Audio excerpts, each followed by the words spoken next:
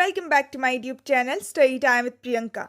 So today in this video we are going to continue our first chapter of class 12 history book, and the name of the chapter is Bricks, Beads and Bones, the Harappan Civilization. So this video is part second of this chapter. So इस chapter के first part में हमने इस chapter के detail introduction को साथ ही इस chapter के फर्स्ट टॉपिक को कंप्लीट किया था.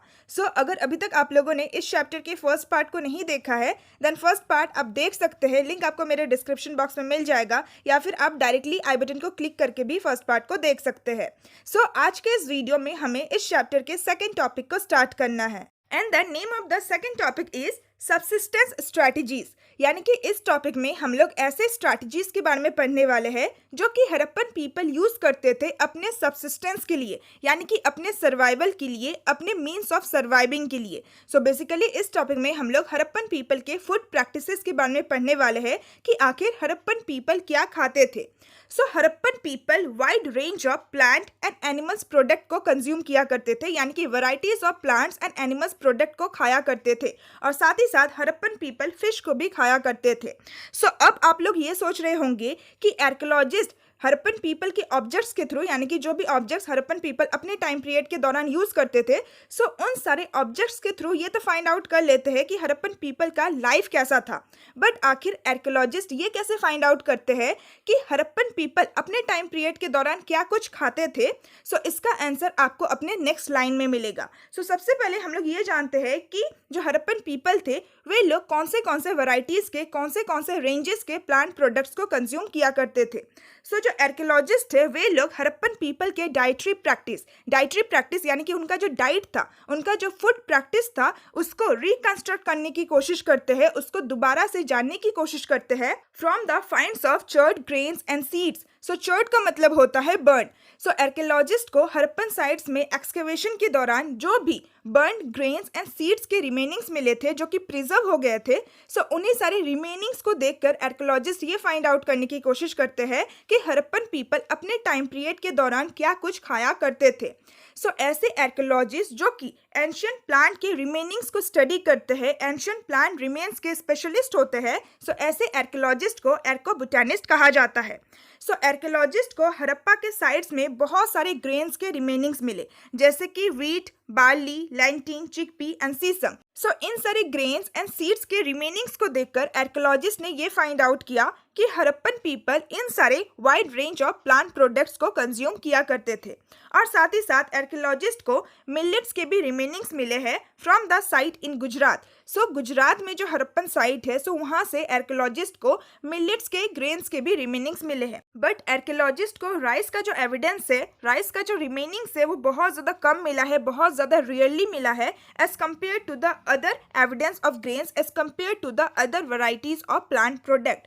सो विद दिस हमने ये बहुत ही अच्छी तरीके से समझ लिया कि हड़प्पन पीपल कौन से वैरायटीज के प्लांट प्रोडक्ट को कंज्यूम किया करते थे और आर्कियोलॉजिस्ट किस तरीके से ये फाइंड आउट करते हैं कि हड़प्पन पीपल क्या कुछ खाते थे. ना नेक्स्ट पॉइंट में हमें एनिमल प्रोडक्ट के बारे में बता रखा है, यानी कि जैसे कि हमने फर्स्ट लाइन में ही पढ़ा था कि हड़प्पन पीपल ना सिर्फ प्लांट प्रोडक्ट को कंज्यूम करते थे बट साथ ही साथ वे लोग एनिमल प्रोडक्ट को भी कंज्यूम करते थे. सो इस टॉपिक में हम लोग ये जानने वाले हैं कि हड़प्पन पीपल कौन से एनिमल प्रोडक्ट या फिर एनिमल्स को कंज्यूम किया करते थे. सो आर्कियोलॉजिस्ट को बहुत सारे हड़प्पन साइट्स में एनिमल बोन्स के रिमेनिंग्स मिले हैं जैसे कि cattle, sheep, goat, buffalo and pig. So इन सारे एनिमल बोन्स के रिमेनिंग्स के थ्रू आर्कियोलॉजिस्ट ये फाइंड आउट करते हैं कि हड़प्पन पीपल इन सारे एनिमल प्रोडक्ट को कंज्यूम किया करते होंगे. सो ऐसे आर्कियोलॉजिस्ट जो कि एनिमल बोन्स के रिमेनिंग्स को स्टडी करते हैं, सो उन सारे आर्कियोलॉजिस्ट को आर्कोजूलॉजिस्ट या फिर जू आर्कियोलॉजिस्ट कहा जाता है.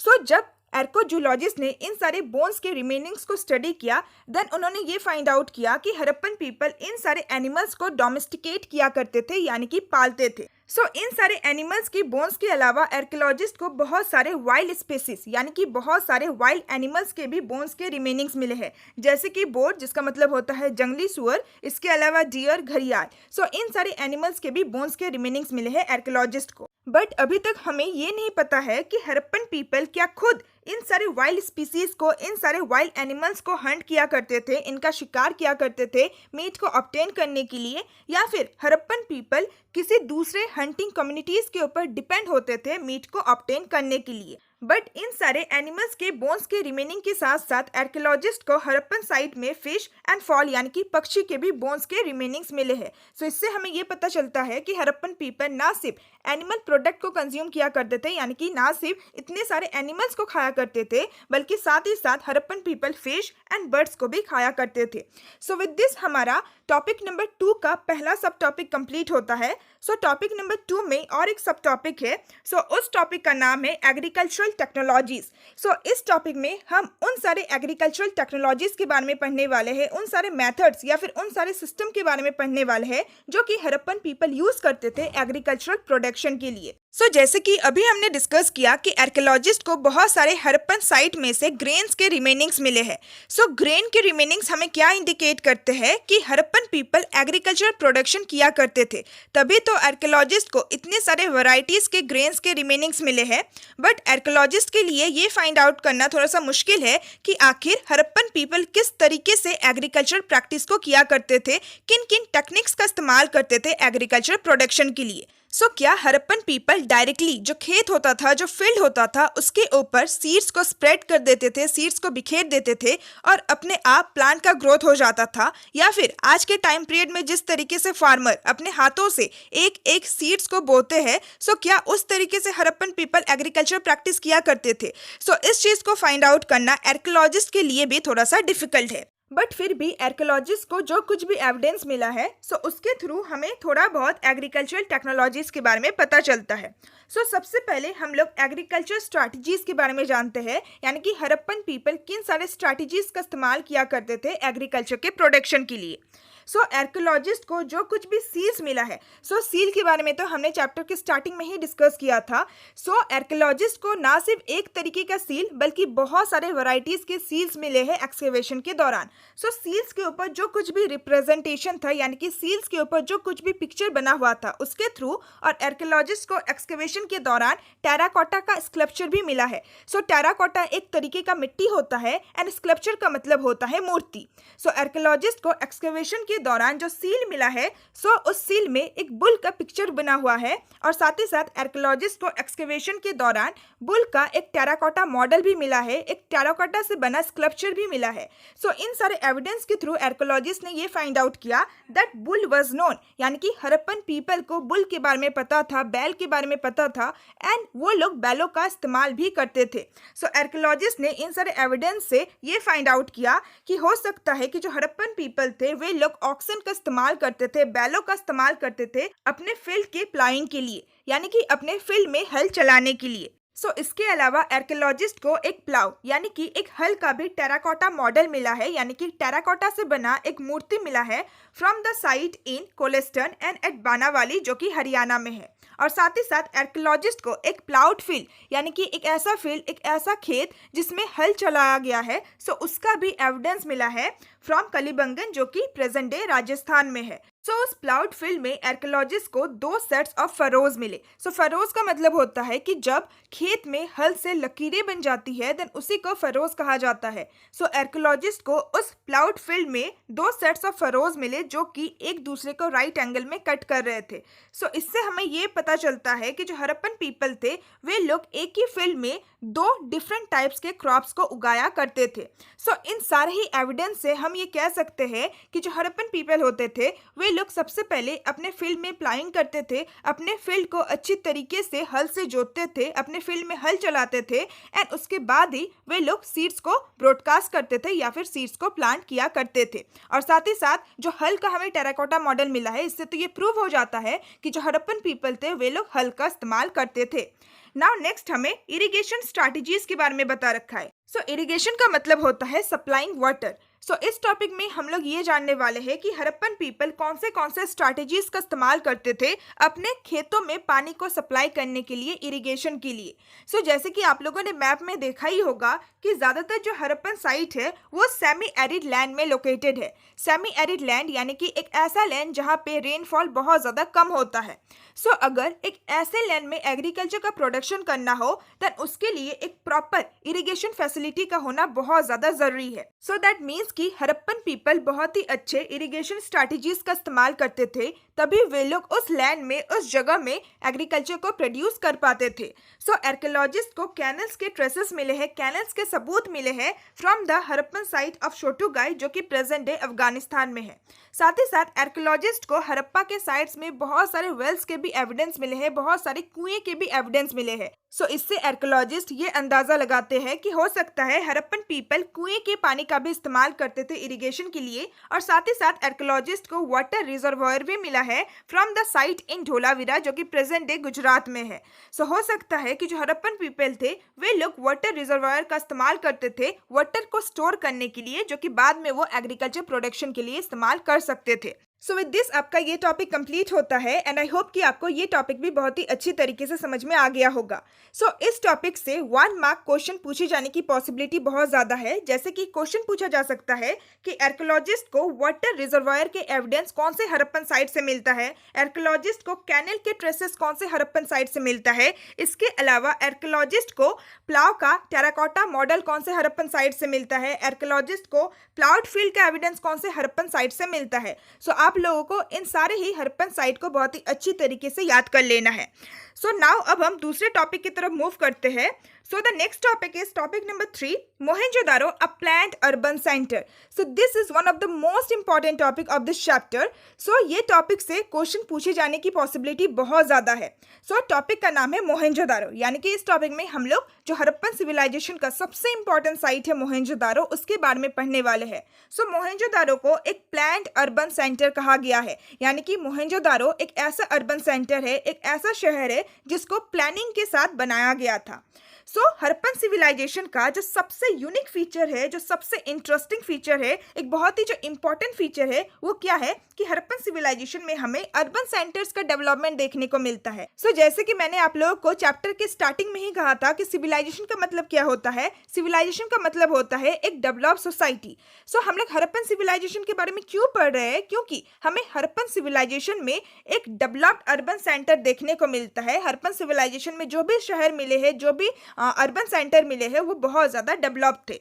सो मोहेंजोदारो जैसे कि सबसे वेल नोन साइट है एंड सबसे इंपॉर्टेंट साइट है हड़प्पन सिविलाइजेशन का, जिससे हमें ज़्यादातर इंफॉर्मेशन मिलता है। बट साथ ही साथ हमें इस बात को भी ध्यान रखना चाहिए कि मोहेंजोदारो नहीं बल्कि Harappa was the first site to be discover. सबसे पहला जो साइट जिसको डिस्कवर किया गया था वो था हड़प्पा। सो नाउ अब हम मोहेंजोदारो के सेटलमेंट के बारे में पढ़ते हैं, यानी कि मोहेंजोदारो में किस तरीके से सेटलमेंट को प्लान किया गया था, किस तरीके से सेटलमेंट को बनाया गया था।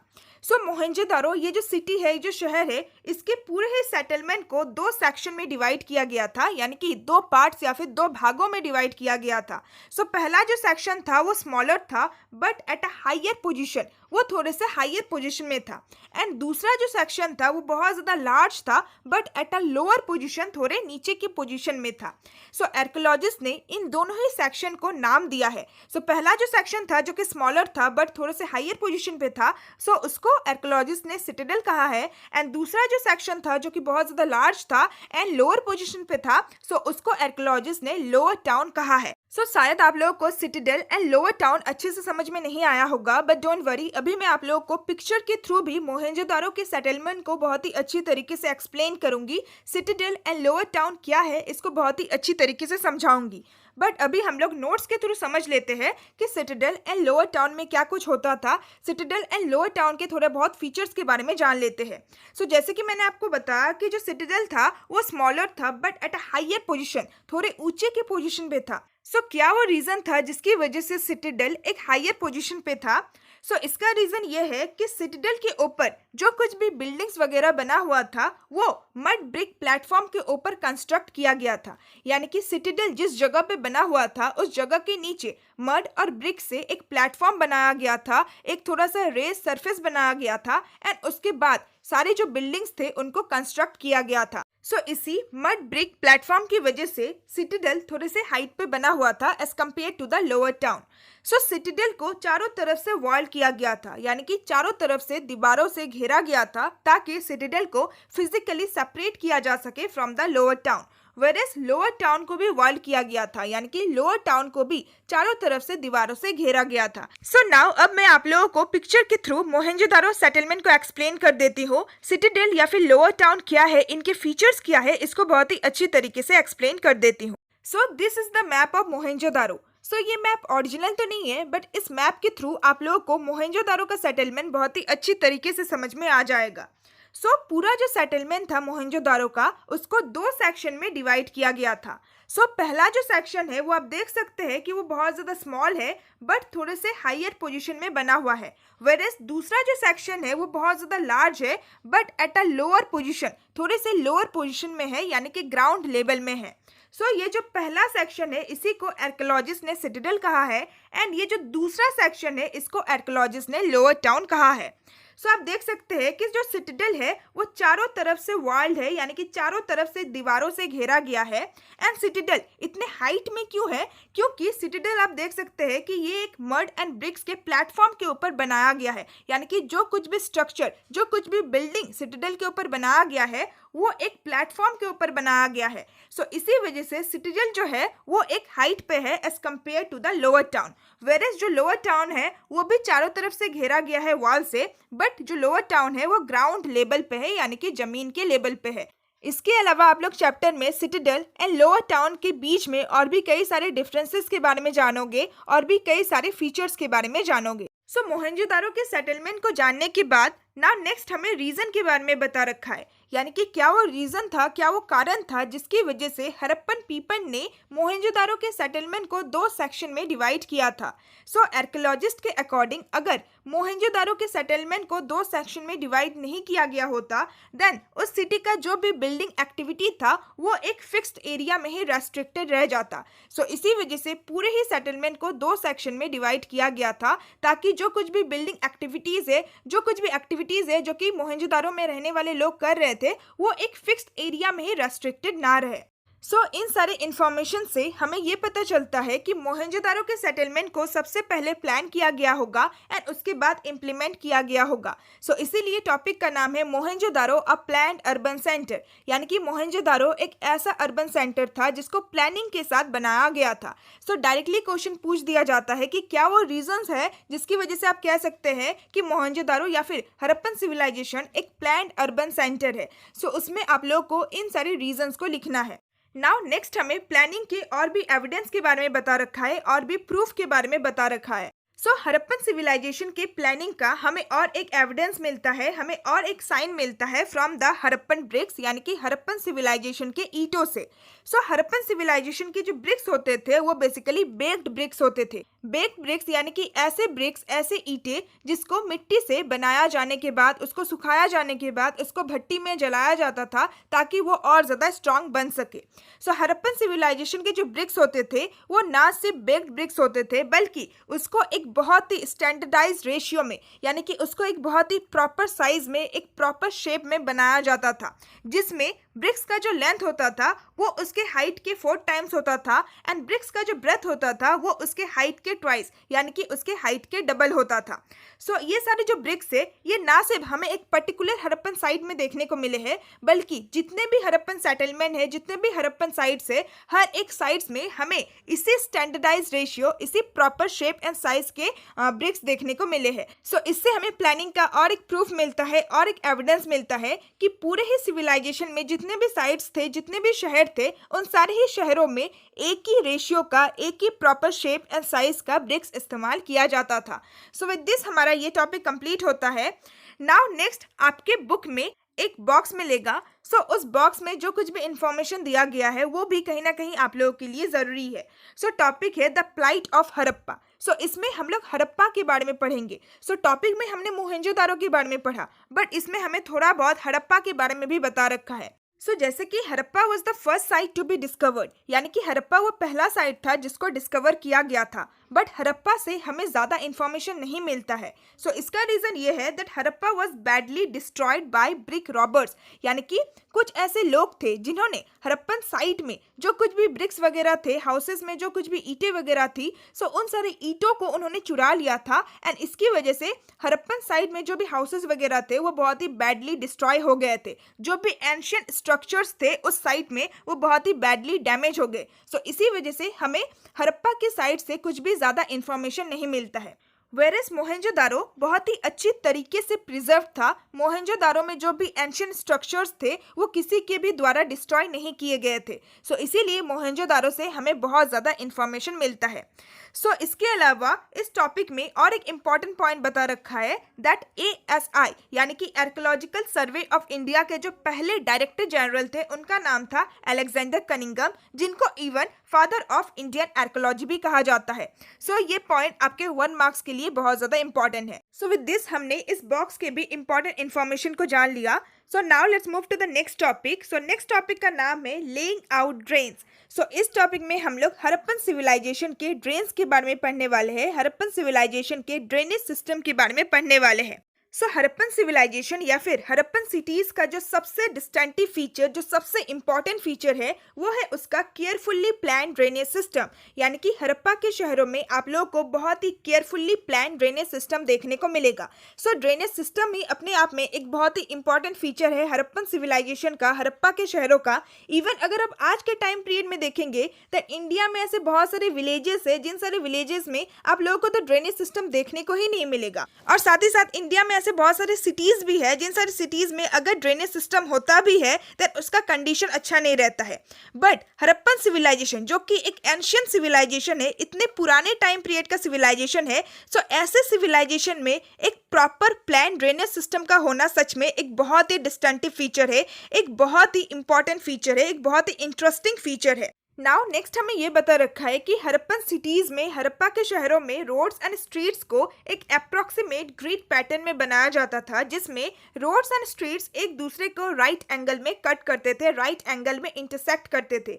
यानी कि मान लीजिए कि ये रोड है एंड ये हड़प्पा का स्ट्रीट है। सो हड़प्पा का रोड्स एंड स्ट्रीट्स कुछ इस तरीके से बनाया जाता था कि वो एक दूसरे को राइट एंगल यानी कि 90 डिग्री के एंगल में कट करते थे।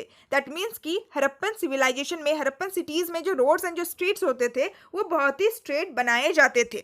सो इससे हमें अगेन प्लानिंग का एक बहुत ही अच्छा एग्जाम्पल मिलता है, एक बहुत ही अच्छा एविडेंस मिलता है कि हड़प्पन पीपल ने हड़प्पा के शहरों में सबसे पहले स्ट्रीट्स बनाए होंगे, सबसे पहले रोड्स बनाए होंगे एंड उसके बाद रोड्स के साइड बाय साइड उन्होंने ड्रेन्स बनाया होगा एंड उसके बाद उन्होंने हाउसेस को बिल्ड किए होंगे। दैट मीन्स कि अगेन जो हड़प्पन पीपल थे उन्होंने पूरे सेटलमेंट को बहुत ही अच्छी तरीके से प्लान किया होगा एंड उसके बाद ही उन्होंने हाउसेस वगैरह बनाए होंगे। सो अगेन हमें प्लानिंग का एक बहुत ही अच्छा एग्जाम्पल देखने को मिलता है। And at the last point हमें यह बता रखा है that if the domestic waste water had to flow into the street drains, every house needed to have at least 1 well along a street. यानी कि मान लीजिए कि ये हड़प्पन सिटीज़ का रोड है एंड रोड्स के साइड बाय साइड में ड्रेन्स बना हुआ है।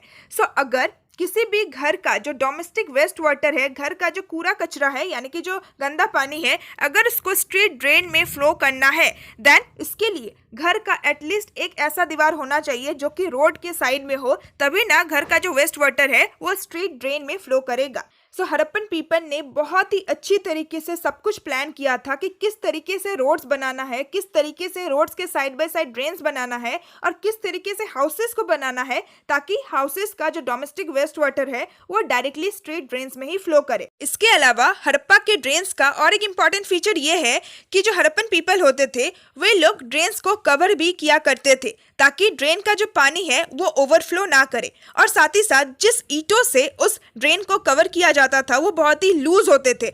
यानी कि जब चाहे हड़प्पन पीपल उन सारे लूज ब्रिक्स को हटा के ड्रेन्स की साफ सफाई भी कर सके। एंड कुछ केसेस में हड़प्पन पीपल लाइमस्टोन का इस्तेमाल करते थे ड्रेन्स को कवर करने के लिए। एंड जो ड्रेन्स होता था वो थोड़ा सा टिल्ट यानी कि थोड़ा सा टेढ़ा बनाया जाता था ताकि पानी को फ्लो करने में कुछ भी प्रॉब्लम ना हो एंड पानी बहुत ही आसानी से फ्लो कर सके। सो ये कुछ इंपॉर्टेंट फीचर्स थे about the drainage system of Harappan civilisation, Harappan cities. तो ये सब टॉपिक भी बहुत ज़्यादा इंपॉर्टेंट है। इवन टॉपिक नंबर 3 के हर एक सब टॉपिक बहुत ज़्यादा इंपॉर्टेंट है। डायरेक्ट क्वेश्चन पूछा जा सकता है about the drainage system of Harappan civilisation और हड़प्पन सिटीज, या फिर about the settlement of Mohenjodaro, या फिर ये भी क्वेश्चन पूछा जा सकता है कि क्या वो रीजंस है जिसकी वजह से आप कह सकते हैं दैट कि हड़प्पन सिविलाइजेशन एक प्लान्ड अर्बन सेंटर है या फिर मोहनजोदारो एक प्लान्ड अर्बन सेंटर है। सो उस क्वेश्चन में आप लोगों को इन सारे ही पॉइंट्स को बहुत ही अच्छी तरीके से डिफाइन करना है, बहुत ही अच्छी तरीके से बताना है। जैसे कि पहले पॉइंट में आप लोग मोहनजोदारो के सेटलमेंट को डिफाइन कर सकते हैं about the lower town and Citadel. Next point में आप ब्रिक्स के रेशियो के बारे में बता सकते हैं एंड थर्ड पॉइंट में आप ड्रेनेज सिस्टम के बारे में बता सकते हैं। एंड इन तीनों पॉइंट्स के अलावा और भी ऐसे बहुत सारे पॉइंट्स हैं और भी ऐसे बहुत सारे रीजन है जिसके थ्रू हम लोग कह सकते हैं कि हड़प्पन सिविलाइजेशन एक प्लान अर्बन सेंटर था। सो उन सारे ही पॉइंट्स, उन सारे ही रीजन के बारे में हम अपने नेक्स्ट टॉपिक में पढ़ने वाले हैं। सो नेक्स्ट टॉपिक को हम अपने नेक्स्ट वीडियो में कंटिन्यू करेंगे। सो आज के इस वीडियो को हम यहीं पे एंड करते हैं। सो आई होप कि मैंने आज के इस वीडियो में आप लोगों को जो कुछ भी समझाया है आप लोगों को बहुत ही अच्छी तरीके से समझ में आ गया होगा। So if you find this video helpful then please like my video and share my video with your friends and classmate, and please comment में डाउन कि आपको मेरा एक्सप्लेनेशन कैसा लगा। एंड अगर आपको थर्ड पार्ट चाहिए देन प्लीज कमेंट में down. So now see you all soon in my next video. Till then bye bye, stay tuned to my channel and thanks for watching my video.